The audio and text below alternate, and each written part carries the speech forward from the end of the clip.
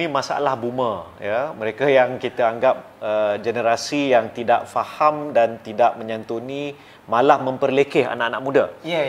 Dan ini bukan sahaja kita lihat di kalangan timbalan menteri daripada, dia kalau tak silap saya daripada UMNO kan? Ya, daripada UMNO, yang mana ramai kalau kita tengok ya di parlimen, daripada golongan UMNO, ahli-ahli parlimen yang lebih tua, mereka sering memperlekeh anak-anak muda, termasuk saya sendiri, kawan-kawan daripada DAP, ya, ahli parlimen seperti Syed Saddiq, dipanggil budak, dipanggil cucu. Ya, jadi mereka lihat anak muda seperti, termasuklah juga Viviana Mosbin, sebagai orang yang bila bersuara mungkin tak begitu penting.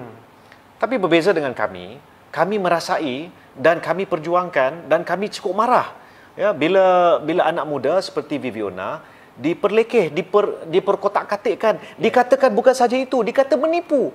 Dan dia bukan sembang dalam Facebook ataupun dekat kedai kopi ataupun tepi jalan, dalam Dewan Negara. Dewan Negara YB. Itu yang bagi saya, I cannot understand. Saya tak faham siapa yang brief dia. Adakah orang yang brief dia itu masih bekerja dengan dia ataupun dah kena buang? Kalau tak dibuang, kenapa belum lagi dibuang? Sebab dia, it is something yang langsung tak masuk akal. Padahal benda tu jadi viral.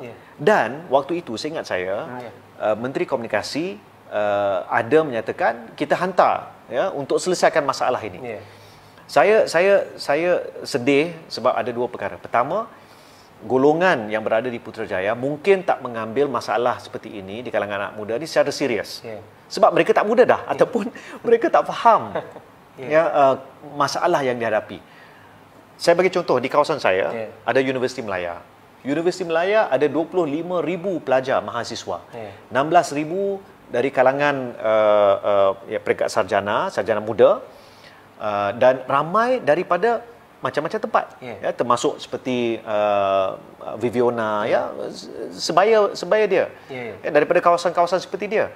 Jadi sewaktu PKP, sebelum PKP, kalau mereka ada pergi ke kuliah, tak jadi masalah. Tapi tiba-tiba PKP, langsung mereka kena balik kampung dan terpaksa pergi ke kuliah secara online. Dan di situ kita lihat masalah besar. Ya, tak ada laptop, tak ada internet.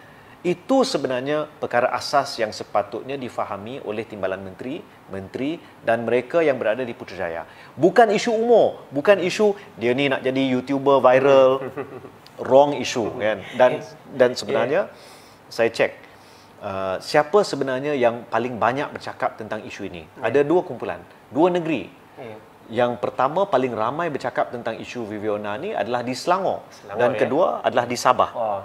Dan bila kita cek, sebenarnya ramai daripada anak muda dari Sabah yang bekerja, yang tinggal, yang mungkin berkeluarga di Selangor. Jadi jelas anak-anak Sabah marah, merasakan tak puas hati, dan harapan saya mereka boleh balik pada 26 hari bulan September nanti untuk mengundi. Pastikan kita kekalkan kemenangan, warisan, keadilan, DAP dan rakan-rakan sekutu, agar kita dapat teruskan usaha membangunkan Sabah dengan baik.